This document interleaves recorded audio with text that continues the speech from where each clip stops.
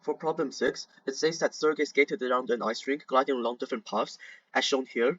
The gray lines in the figures below show 4 of the paths labeled P, Q, R, and S. What is the sorted order of the 4 paths from shortest to longest? So, as of the time this video was uploaded, there wasn't an official diagram to this, but as you can see here, MathX has already uploaded a video titled AMC8 2024 leaked questions, and one of the questions that he leaked has a diagram of this, so we can be rest assured that this is the diagram. Okay, so what is the sorted order of the 4 paths from shortest to longest?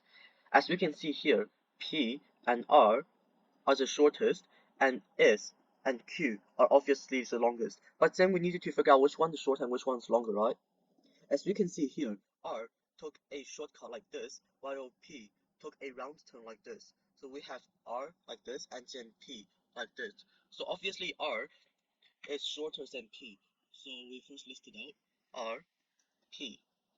And then obviously S is shorter than Q because Q has more turns and length. So the order should be like this. R, P, S, and Q. So here's your answer, D. For problem 7, a 3x7 rectangle is covered without overlap by 3 shapes of tiles. 2x2, 1x4, and 1x1 shown below, which is here. What is the minimum possible number of 1x1 tiles used? So let's represent it's a 2x2 by blue, the 1x4 by yellow, and the 1x1 by green. So we need to figure out how to put as much of these two, the 2x2 and the 1x4, as much as possible. So firstly we can fit a 2x2 here, another 2x2 here, and another 2x2 here. And then we can see we can cover some squares with a 1x4 here. And now we see that these 5 spaces can't fit a 2x2 or a 1x4, so this has to be filled in with green. So your answer is 5. This is the minimum possible number of 1x1 tiles used. Problem 8. On Monday, Tay has $2. Every day, he either gains $3 or doubles the amount of money he had on the previous day. How many different dollar amounts could Tay have on Thursday 3 days later? So we could draw a diagram like this. So on the first day, on Monday, Tay has $2, and then on Tuesday, he can either gain $3, so 5, or double it to get 4. And on Wednesday, he could either gain $3 to get 8, or double it to get 10, or start from 4 and then gain 3 here to get 7, or double it to get 8. And then from 8 on Thursday, he will either get 11 or 16, and for 10, 13 or 20, for 7, 10 or 14, and for 8, 11 or 16. So remember, how many different dollar amounts could Tay have? So we have to find the numbers which got doubled. So we cross out this because it's already 11 here. Same with 16. So we just cross out this. And then, as you can see here, there are 1, 2, 3, 4, 5, 6 different dollar amounts Tay could have on Thursday 3 days later. So your answer is 6. Problem 9. All the marbles in Maria's collection are red, green, or blue. So R plus G plus B. Maria has half as many red marbles as green marbles and twice as many blue marbles as green marbles. Which of the following could be the total number of marbles in Maria's collection? So firstly, we see that Maria has half as many red marbles as green marbles, right? So we first write G equals 1 over 2G. And it also says twice as many blue marbles as green marbles. So plus 2G equals the total. So G plus 1.5 G plus 2G equals 3.5, which could also equals to 7 over 2. So 7 over 2G equals the total. Now we just have to substitute the total with these 5 potential answers. So we first try out if 24 works. So 7 over 2G equals 24. Obviously that does not work because g will have to be equal to 48 over 7, which is not an integer, so 24 will not work. What about 25? G equals 50 over 7, so 25 doesn't work either. What about 26? G equals 52 over 7. It's not an integer, so it doesn't work. What about D, 27? G equals 54 over 7. That does not result in an integer as well, so we cross this out. So 28 must be the answer, and we can prove this if we do G equals 56 divided by 7, which equals 8. So E is your answer. Problem 10. In January of 1980, the Mauna Loa observation recorded carbon dioxide levels of 338 ppm. Over the years, the average carbon dioxide reading has increased by about 1.515 ppm each year. What is the expected carbon dioxide level in ppm in January 2030? Round your answer to the nearest integer. Okay, so we first know that we first need to find the difference between 2030 and 1980, so which is 50 years. And the carbon dioxide reading on average has increased by about 1.515 each year. So 50 times 1.515 equals to 75.75. And then we just times this. And then we just add this. So 75.75 plus 338 because of the initial reading in 1980, which equals to 413.75. So this should be the reading in January 2030. And remember, we need to round our answers to the nearest integer. So 413.75 rounds up to 414. So here's your answer, B. Problem 11. The coordinates of A, B, C are A with 5, 7, B which is 11, 7, and C 3y with y larger than 7. The area of ABC is 12. What is the value of y? So we need to figure out this, right? This coordinate. So firstly, we need to calculate the height. So we just extend this triangle by a little bit to make it a right angle triangle.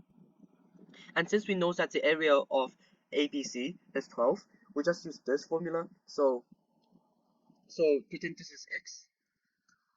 6 times x over 2 equals 12. So that means 6 times x must equal 24. So x equals 4.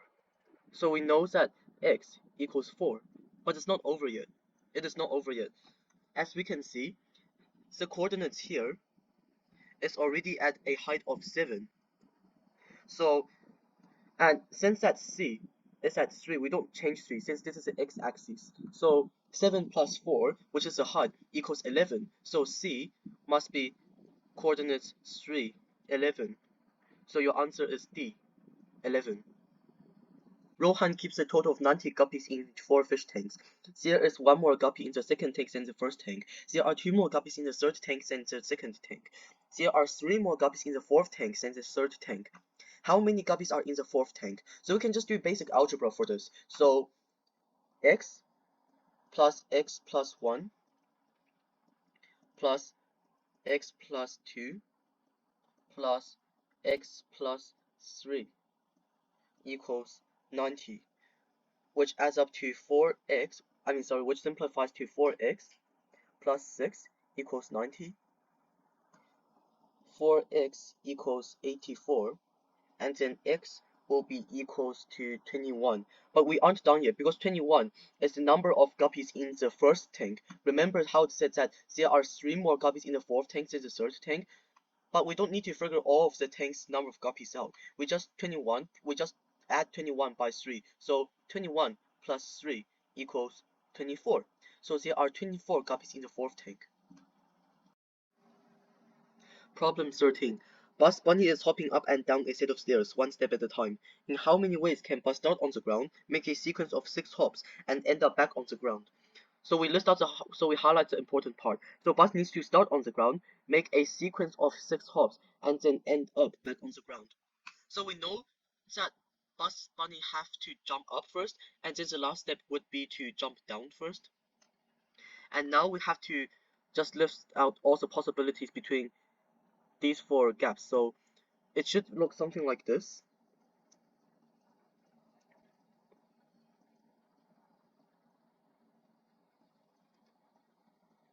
Just a few more to go.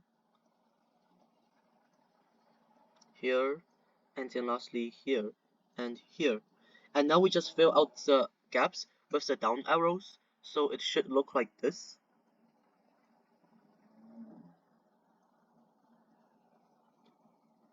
Sorry if the arrows are bad.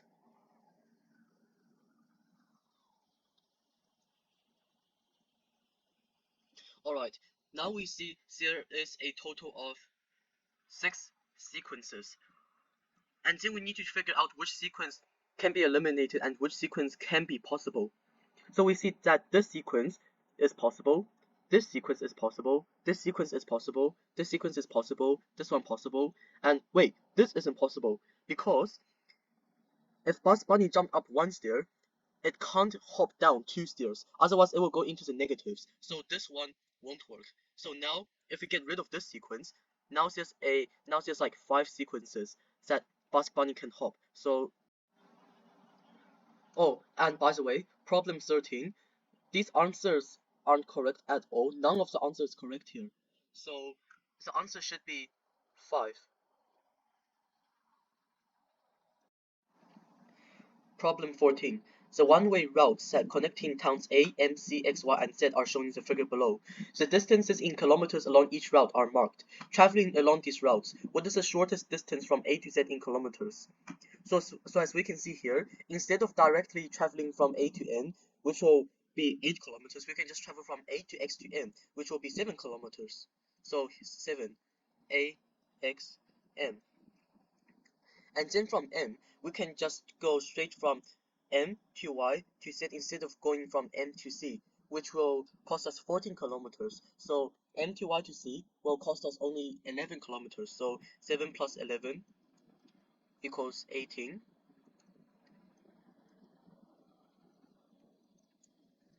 And then the last obvious choice would be to go to Z, which costs us 10 kilometers. So the order should be like this. And then 18 plus 10 equals 28 kilometers. So here's your answer, A. Alright, now we attempt to find the largest number possible to be bug. So we know that it has 3 digits, right? And first off, we know that 1000 is divisible by 8, since it equals to 125. So what we could do is 1000 minus 8 equals 992. Could that be bug? No, because it said here that it represents distinct digits, so there can't be 2 nines here. So what about 992 minus 8 to find the next number, which equals to 984? Well, that's possible, so bug must equal to 984. So to find fly, we just divided 908. Wait, sorry. We just divided 984 by 8, which equals to 123. Now we just need to do this 123 plus 984 to find the sum. But as we can see here, we can just plus the unit digits together, which equals 7. Since out of these 5 answers, there is only one answer with the unit digit of 7. So C is your answer. Alright, for problem 16, Min enters the numbers 1 through 81 into the cells of a 9 times 9 grid in some order. She calculates the product of the numbers in each row and column. What is the least number of rows and columns that could have a product divisible by 3? So we know that there is 81 cells in total, and then 27 cells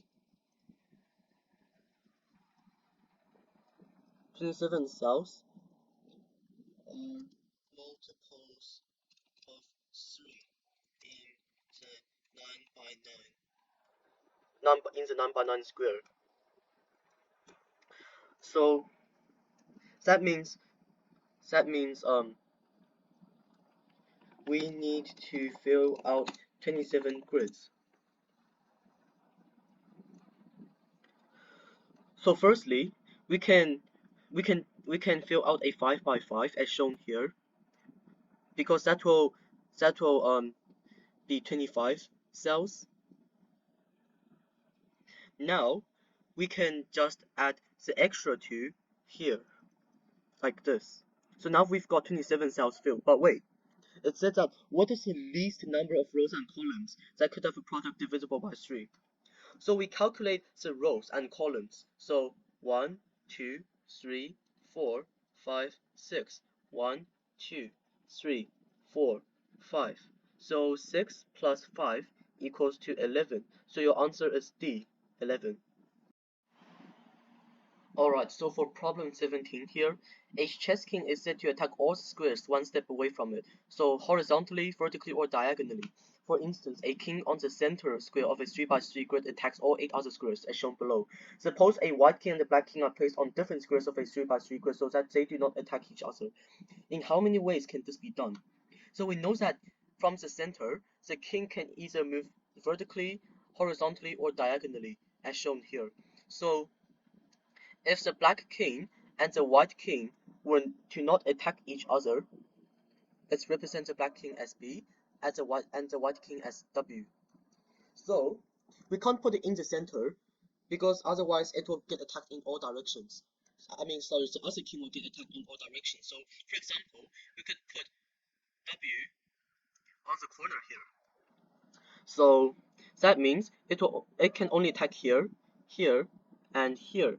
So B will be safe from these 5 areas. So because there's 4 corners, right? So just 4 times 5 equals 20. So from the corners there are 20 possibilities. So what if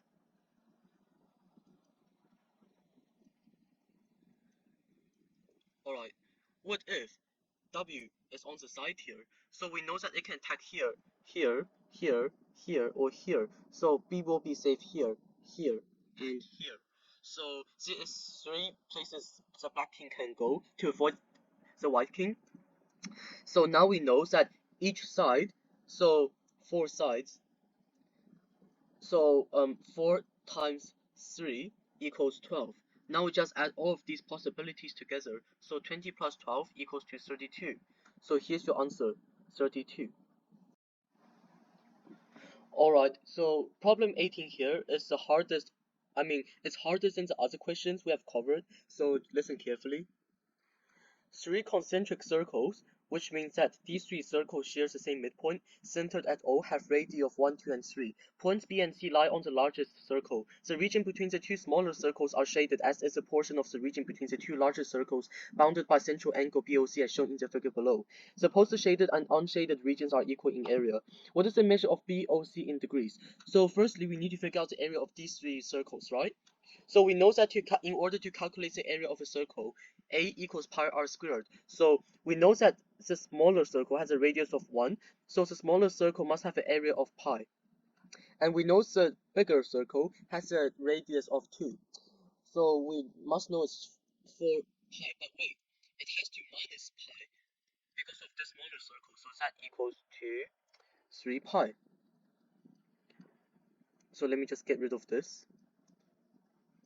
Okay, then the bigger circle, which has a radius of 3, is 9 pi, but remember, it has to be subtracted by these two, so 9 pi minus 4 pi equals 5 pi.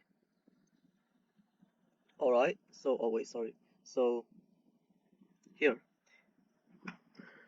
So now, in order to get the area of this part, we need to first do this step. So you need